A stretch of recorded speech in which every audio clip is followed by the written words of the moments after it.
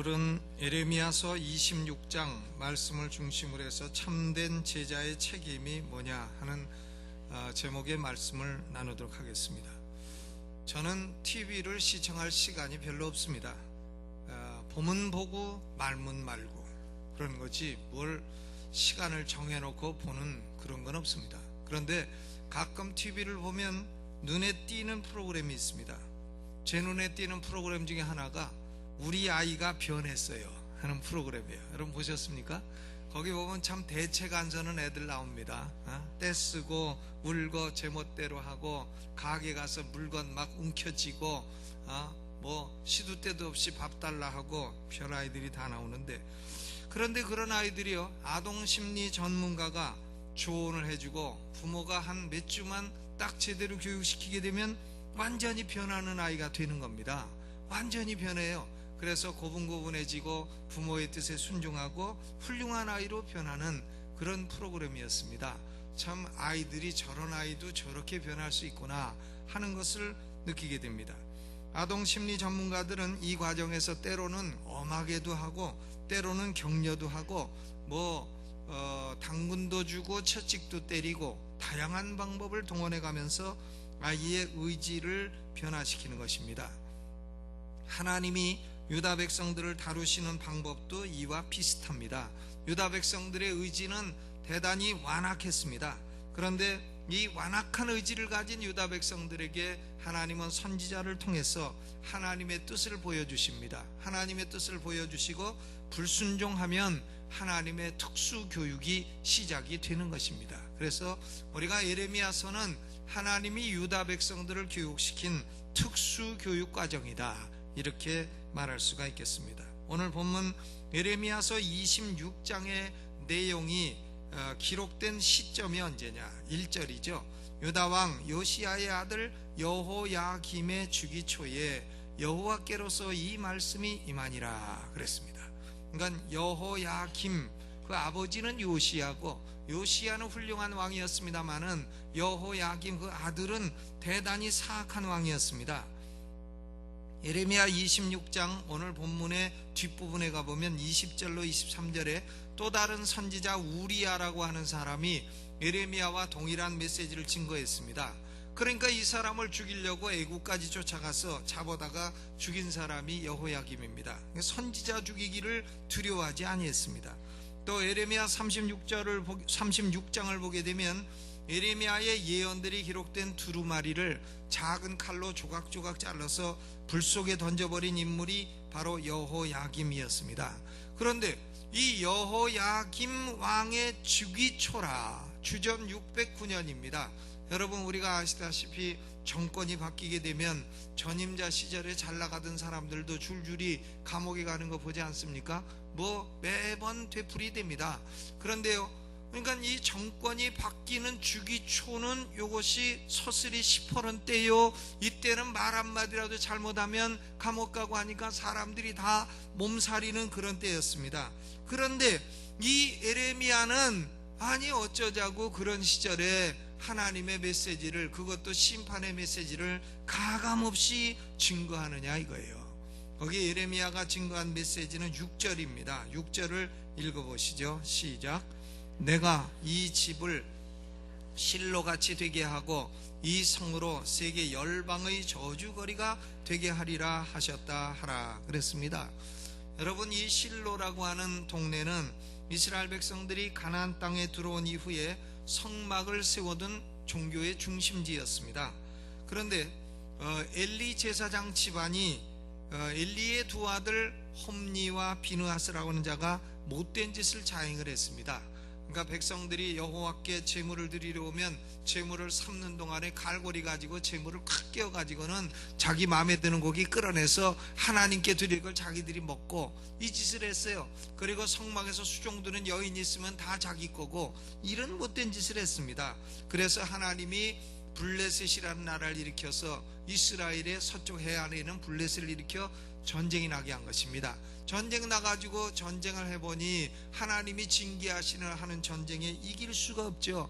판판이 지고 하니까 홈니와 비느하스가 우리가 여호와 하나님의 언약궤, 법궤라고도 하는 이 언약궤를 성막에서 들고 오자. 그러면 하나님의 언약궤가 있으니 하나님이 우리 편이 되주시고 전쟁에서 이길 거다 해서 블레셋과의 전쟁, 에베네셀의 전쟁에 이 법궤를 들고 나간 겁니다. 들고 나갔는데 도리어 홈니와 비누아스는 전쟁에서 죽고 법궤는 빼앗겨 버린 것이에요. 그래가지고 그 아버지 엘리 제사장은 의자에 앉아있다가 두 자식이 죽었다는 소식을 듣고 그만 넘어져 가지고는 목이 부러져 죽었다. 너무 비둔해서 일어나지도 못하고 목이 부러져 죽고 실로의 집안은 실로의 이 엘리 제사장의 집안은 망하게 된 것입니다.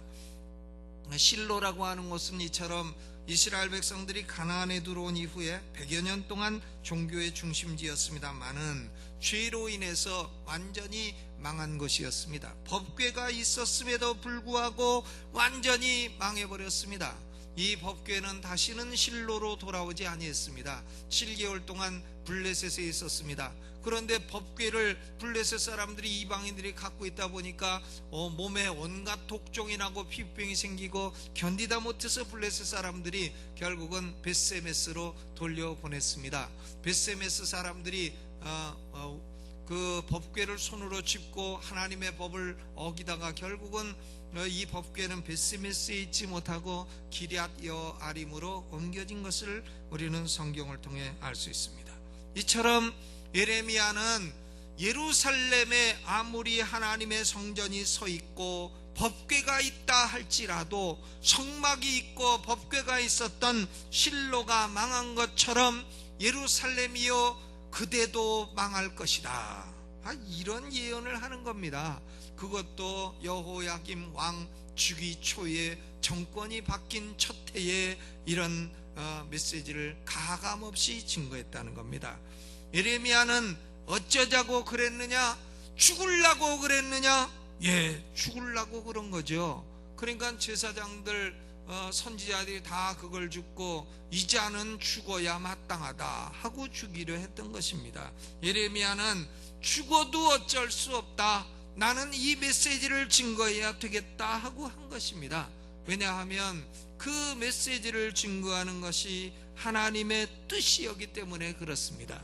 요컨대 예레미야라고 하는 선지자는 자기의 뜻을 하나님의 뜻에 완전히 굴복시키고 순종시킨 사람이라 그렇게 말할 수 있어요. 자기의 뜻과 고집을 완전히 꺾어 하나님의 뜻에 순종한 사람이라. 여러분, 그리스도 예수의 제자된 사람은 자기의 뜻과 고집을 꺾어야 합니다. 그리고 하나님의 뜻에 순종해야 될 책임이 있는 것입니다. 그런데 그 반대로 유다 백성들은 자기의 뜻을 고집했습니다. 고집이 셌습니다.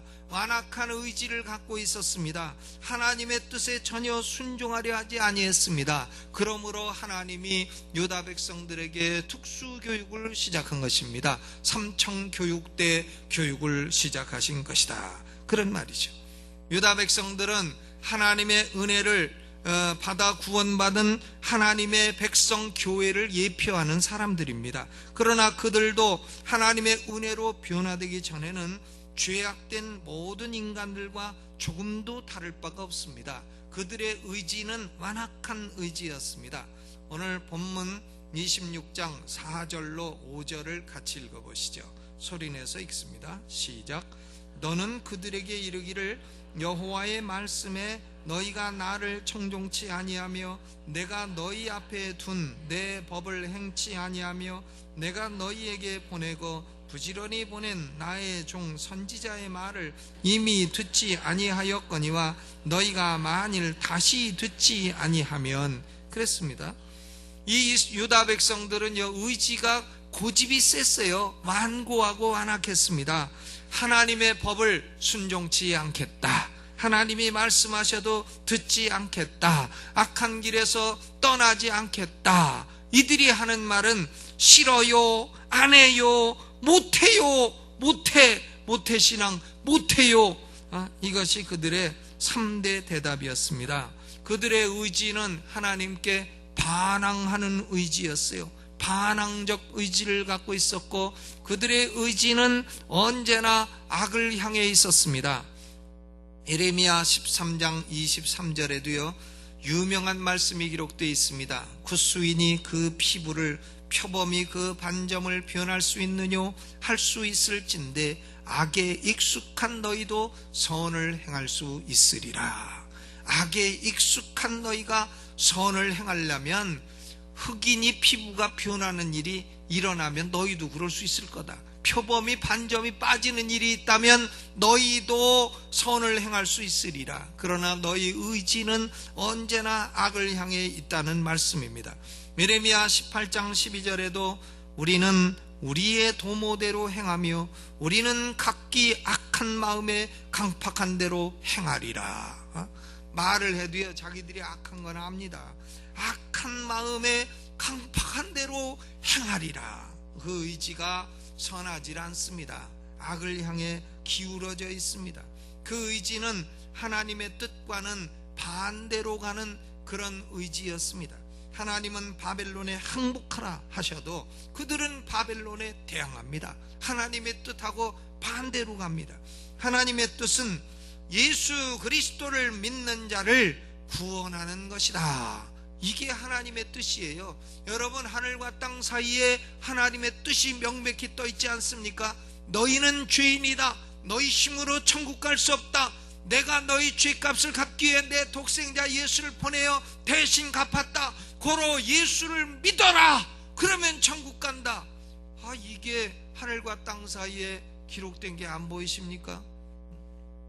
그런데 죄인의 의지는 아니라 내가 왜 예수의 신세를 지느냐? 신세 안 지겠다. 나는 내가 선행을 해서 내 힘으로 천국 가겠다. 스스로 착한 일을 해가지고 천국을 가겠다고 고집을 부려요. 착한 일 하지도 않고 할 수도 없는 존재가 착한 일을 해서 천국 가겠다고 고집을 부립니다. 모든 면에서 하나님의 뜻과 어긋나는 의지를 가지고 있는 것입니다. 왜 죄인들의 의지는 모든 면에 하나님의 뜻과 어긋나느냐? 왜냐하면 그들은 그 의지는 죄와 마귀의 노예가 되어 있기 때문에 그렇습니다. 죄의 노예요, 마귀의 노예이기 때문에 그런 것이에요. 불신자들은 그 의지가 마귀의 노예되어 있습니다.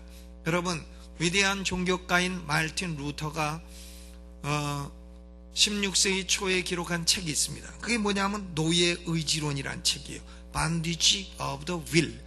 로만 캐토릭의 대표학자였던 에라스무스는 자유의지론이라 하는 책을 썼습니다. 오늘날도 로만 캐토릭과 개신교가 결정적으로 다른 것은 인간의 의지론인 것입니다.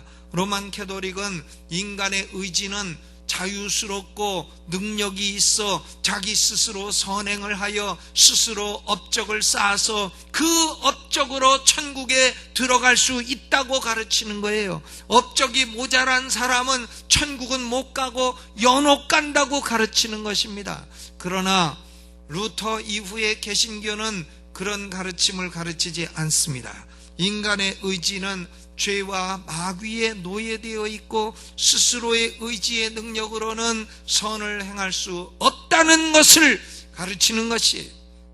로마서 6장 17절에 너희가 본래 죄의 종이더니 그랬어요.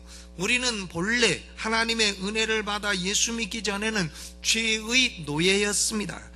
요한복음 8장 44절에 너희는 너희 아비 마귀에게서 났으니 너희 아비의 욕심을 너희도 행하고자 하느니라 그랬어요. 아비가 마귀라, 마귀의 자식이라, 마귀의 종이라 그런 말이죠. 그러므로 저는 저 목사 피영민은 자유의지론을 따르지 아니하고 마르틴 루터 그리고 사도 바울 마찬가지로 노예 의지론을 따르며 죄인된 인간의 의지는 자유스럽지 않고 죄와 마귀에 노예되어 있으며 스스로의 의지로는 선을 행할 수 없다는 것을 믿는 것입니다. 그러므로 하나님의 특별한 은혜의 개입이 없이는 인간은 스스로의 힘으로는 예수를 믿지도 않고 믿을 수도 없고 믿으려 하지도 않는다는 거예요. 여러분, 예수 믿어 구원받은 여러분 한번 생각해 보세요. 여러분들이 예수 믿게 된 게 뭐 다 잘 될 때 믿었습니까? 아니면 하나님의 은혜를 주시고 참 어려운 시절에 교회에 나오도록 인도해 주셔서 믿게 됐습니까? 하나님의 특별 은혜의 개입이 없이는 사람은 자기 의지를 꺾지 않는, 자기의 완악한 의지를 꺾지 않는 존재라는 겁니다. 그러면 하나님께서 죄인들의 고집된 의지를 꺾기 위해서 쓰시는 방법이 뭐냐? 두 가지 방법이 있어요. 하나는 외적인 방법이고 다른 하나는 내적인 방법입니다. 외적인 방법은 좀 우리를 고통스럽게 해서 그 고통을 못 이겨서 하나님 앞에 나오는 그런 방법입니다. 좀 거친 방법입니다.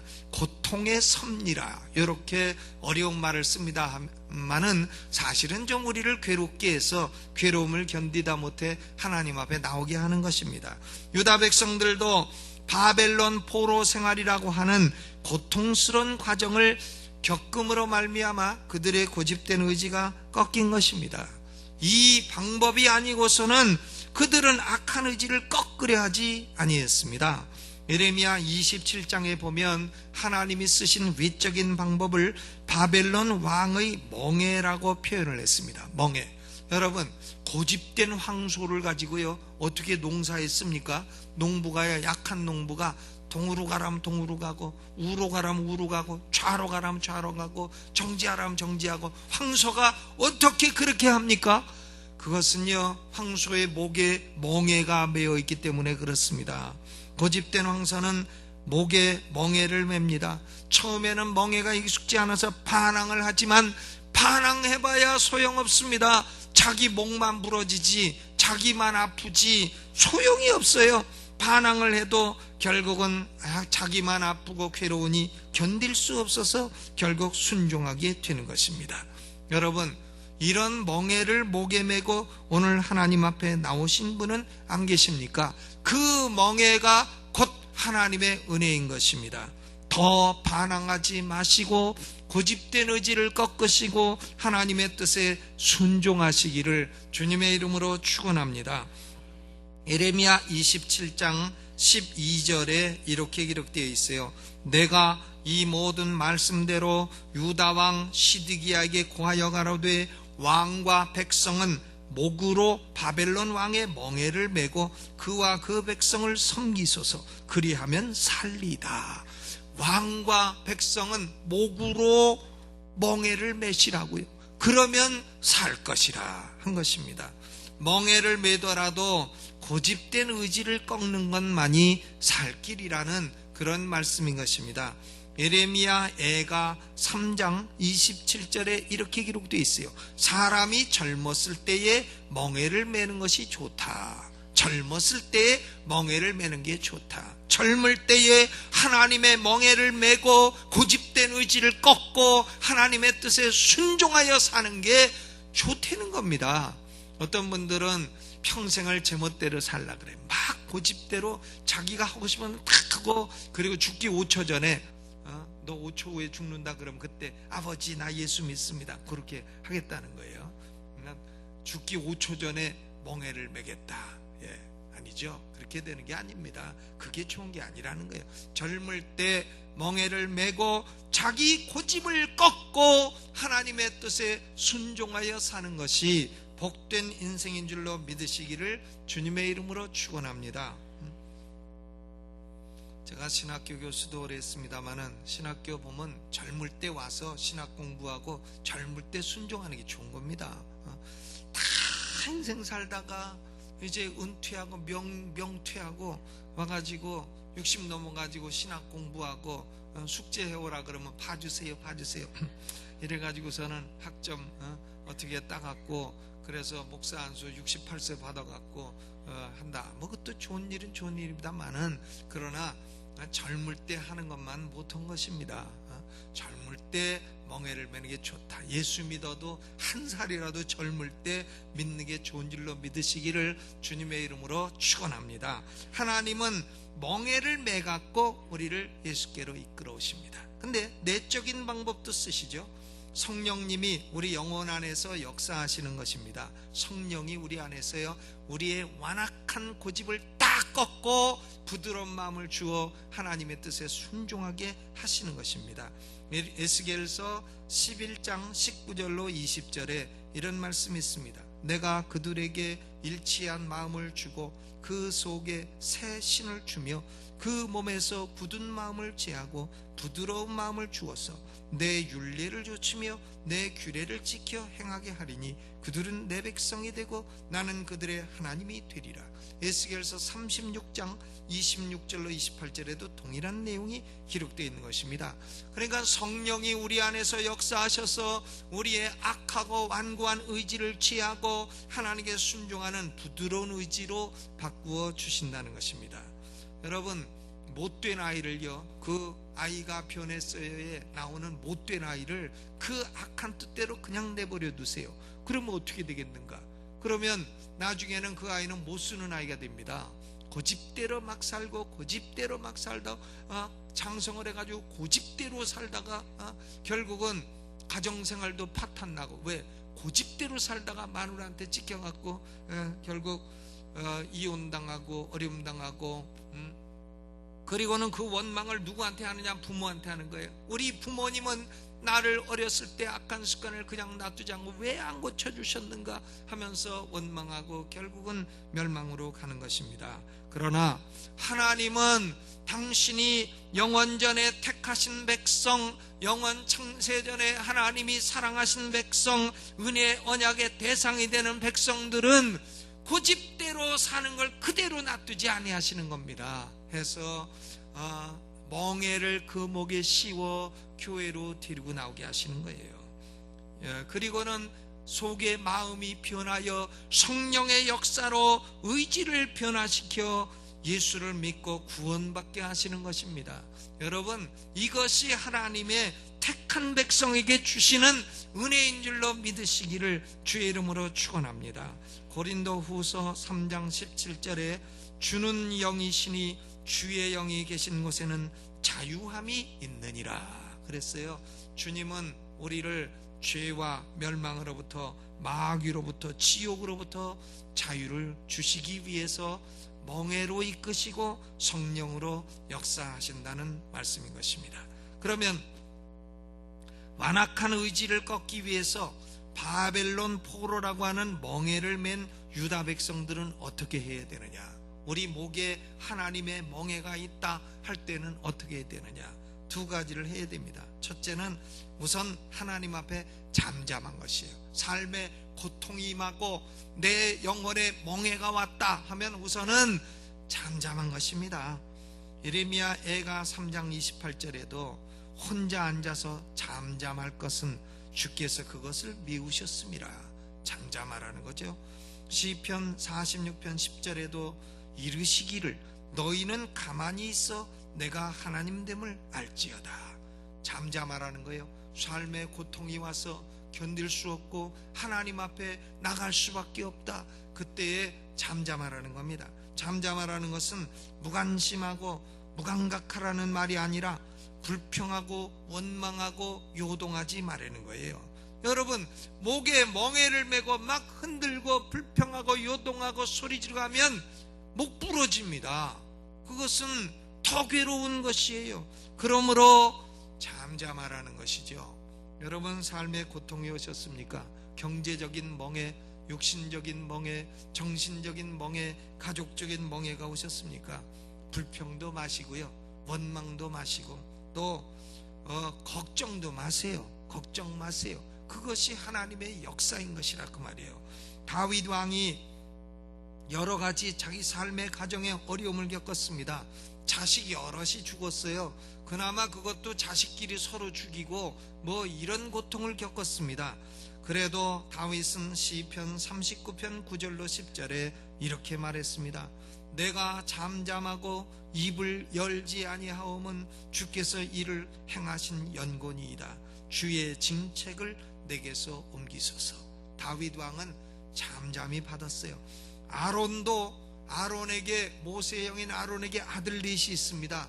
아들 넷 중에 첫째 아들, 둘째 아들이 죽었어요. 하나님의 심판을 받아 죽었습니다. 나답과 아비후가 하나님이 내리시지 않은 불로, 다른 불로 분향을 하다가 불이 나와서 불타 죽었습니다.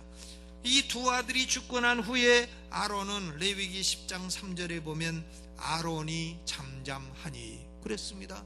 두 아들이 죽었는데도 아론은 잠잠했다. 여러분, 고통의 멍에가 우리 목에 지워지면 우선 불평도, 원망도, 요동도, 근심도, 걱정도 마시고 잠잠하시기를 주의 이름으로 축원합니다. 그리고 둘째는 하나님이 주신 멍에를 순순히 메고 가라는 거예요. 순순히 메고 가라.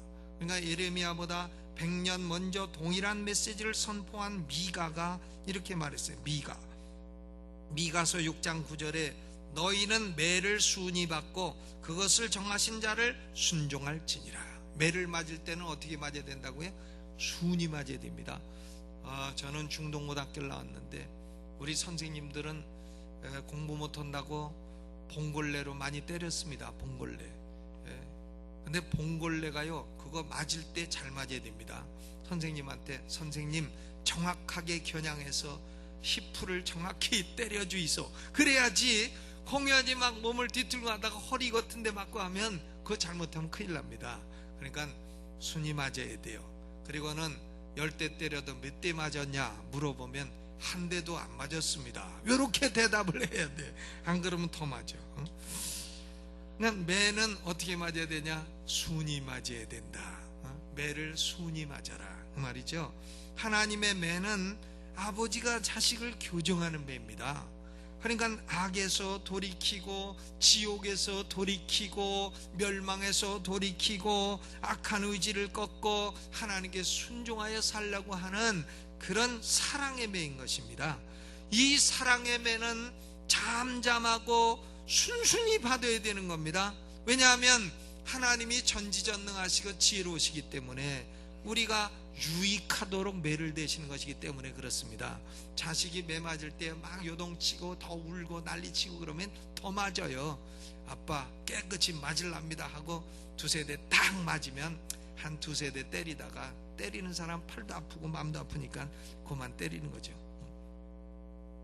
사무엘상 3장의 엘리 제사장은 어린 사무엘을 통해서 너의 집안이 심판받을 거다 하니까 겸손히 받아들입니다. 사무엘상 3장 18절에 가로되 이는 여호와시니 선하신 소견대로 하실 것이니이다. 자기 집이 망한다고 그러는데도 자기 집안에 어른이 노인이 없고 다 젊어서 다 죽을 거라고 하는데도 엘리 제사장은 여호와는 선하시니 선하신 소견대로 하실 것이니이다 이렇게 말을 합니다. 예수 그리스도는 십자가 앞에서 죽으셔야 되는 멍에를 앞두고도 누가복음 22장 42절에 이렇게 기도하셨습니다. 가라사대 아버지여 만일 아버지의 뜻이여든 이 잔을 내게서 옮기시옵소서. 그러나 내 원대로 마옵시고 아버지의 원대로 되기를 원하나이다. 여러분, 예레미야나 예수님이나요 공통점이 있다면 자신의 뜻을 완전히 꺾어 하나님의 뜻에 순종하신 것입니다. 예수를 믿는 그리스도 예수의 제자는 책임이 있습니다. 무슨 책임인지 아십니까? 마태복음 11장 29절로 30절 나는 마음이 온유하고 겸손하니 나의 멍에를 메고 내게 배우라.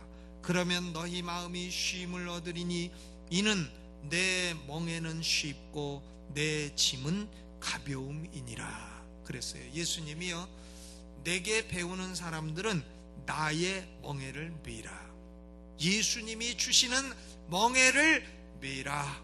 사람은요 어차피 한 가지 멍에는 메게 돼 있어요. 예수님의 멍에를 메지 않으면 마귀가 주는 멍에를 맬 수밖에 없다 이거예요. 갈라디아서 5장 1절에 그리스도께서 우리를 자유케 하려고 자유를 주셨으니 그러므로 굳세게 서서 다시는 종의 멍에를 메지 마라 그랬습니다. 여러분, 사람들 보세요. 다 멍에를 메고 다니는 사람들이지, 우리 사람이 누가 뭐 완전히 자유로운 사람이 있습니까?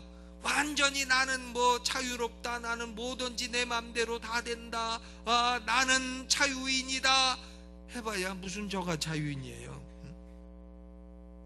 사람은 누구나 두 가지 종류 중에 한 가지 멍에는 메고 삽니다. 하나는 마귀의 멍에를 메고 가는 사람이 있어요. 마귀의 멍에는 결국 그 사람에게 고통을 주고 그 사람을 죽이고 멸망시키고 지옥으로 끌고 가고자 하는 멍에인 것입니다. 불신자들의 목에는 그런 멍에가 메어 있는 거예요. 그러나 우리 목에는 그리스도의 멍에가 메어 있습니다. 예수님의 멍에가 메어 있어요. 예수님 말씀을 보세요. 너희는 너희의 멍에를 메고 나를 따라. 그게 아닙니다. 너희는 나의 멍에를 메라. 예수님의 멍에를 메라. 이상한 말씀을 하신 거예요.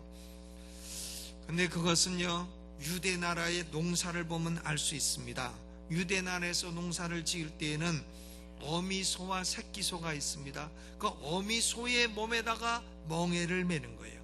멍에를 메면 새끼소는 어떻게 하느냐, 농사 짓는 걸 훈련하기 위해서 어미소가 맨 멍에다가 자기 목만 걸고 가는 겁니다. 자기 목만 걸고. 그러면 어미소가 멍에를 메고 힘을 써가지고 밭을 가는 겁니다. 그러면 새끼소는 어미소 멍에 목만 메고 그냥 따라가는 거예요. 따라가면서 새끼소는 속으로 생각합니다.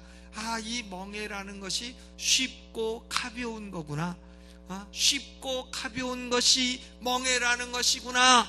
왜? 힘은 누가 쓰고 있기 때문에 어미소가 쓰고 있으니까 새끼소는 이거 멍에가 가볍고 쉬운 거네. 그래가지고 나중에 저가 커서 멍에를 매도 이 멍에 재미난 것이요, 이러면서 멍에를 쓰고 농사를 짓는다는 거예요. 그러니까 어린 소 훈련시키는 방법이 그거라는 겁니다.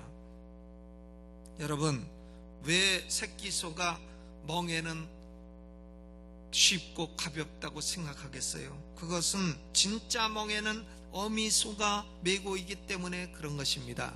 그리스도 예수님이 우리가 져야 될 큰 멍에, 지옥의 멍에, 심판의 멍에를 대신 지어 주신 것입니다. 그러므로 우리는 그리스도가 메신 멍에에 우리 목만 걸고 따라가면 되는 거예요. 그러면 그 멍에는 쉽고 가볍고, 그 길은 살 길이요, 그 길은 천국 길이요, 그 길은 때로는 좀 고통스러워도 그것이 바로 영생길이라 하는 것입니다. 여러분, 하나님의 백성들은 자기의 고집된 의지를 꺾어야 돼요. 고집된 의지를 꺾어야 됩니다. 신앙생활에서 참으로 여러 사람에게 고통을 주는 사람들은 고집된 의지가 꺾이지 않은 사람, 하나님에게 고통을 주는 사람은 자기의 고집된 의지를 꺾지 않는 사람인 것입니다. 우리는 우리의 뜻을 꺾고, 그리고 주께서 메신 멍에에 우리의 목을 걸고 하나님의 뜻에 순종하여 사시기를 주님의 이름으로 축원합니다. 그것이 살 길이고, 그것이 복된 길이고, 그것이 영생길입니다. 지금 우리 대한민국이 어렵습니다. 우리 목에 경제적인 멍에가 메어 있습니다. 그런데요, 순순히 받으시고 불평 원망 마시고 잠잠히, 이런 멍에가 왔어도 이것은 주께서 주신 멍에요, 이것을 메고 따라가다 보면 주께서 우리에게 유익을 주시리라. 우리 각자의 삶에 어떤 멍에가 있더라도 순순히 메고 가시면 주께서 결국은 모든 것을 합력하여 선과 유익으로 이끌어 주실 줄로 믿으시기를 주님의 이름으로 축원합니다. 우리 오늘 이 말씀을 생각하면서 음악을 반주하는 중에 하나님이여, 주께서 나의 큰 지옥의 멍에를 대신 메어주셨고 나에게도 작은 멍에를 주어 주님께 붙어 살도록 하셨으니 내게 주신 멍에를 쉽고 가벼운 멍에라 하셨습니다. 주님, 불평 원망 근심 걱정하지 말고 이 멍에를 메고 주를 따르며 나의 고집된 의지를 꺾어 하나님의 뜻에 순종하며 살기를 원합니다. 내 목에 주님의 멍에를 메고 내 마음에는 성령이 역사하심으로 주님의 뜻에 순종하며 사는 성도의 삶을 살게 하여 주옵소서. 오른손 들고 주여 한번 크게 부르고 통성으로 기도하겠습니다. 주여! 기도하세요. 하나님, 오늘 우리는 우리의 목에 멍에가 매어 있음을 압니다. 그러나 이 멍에는 주께서 주신 것이요 잠잠히 순순히 매는 것이 그것이 축복이요 영생의 길이라 하셨습니다. 아버지여, 멍에를 메고 불평 원망 반항하지 않게 하여 주시고, 하나님 아버지여, 멍에를 잠잠히 순순히 견디며 나아갈 때에 하나님이 우리 삶의 큰 유익으로 인도하실 믿습니다. 주 예수께서 우리가 져야 될 죄의 멍에, 십자가의 멍에를 대신 지셨으니 우리는 주님의 멍에에 우리의 목을 걸고 주님을 따라가며 살아가는 우리가 되게 하여 주옵소서. 주의 뜻에 순종하여 살겠습니다. 내 원대로 마옵시고 주의 뜻대로 행하여 주옵소서. 예수님의 이름으로 기도하옵나이다. 아멘.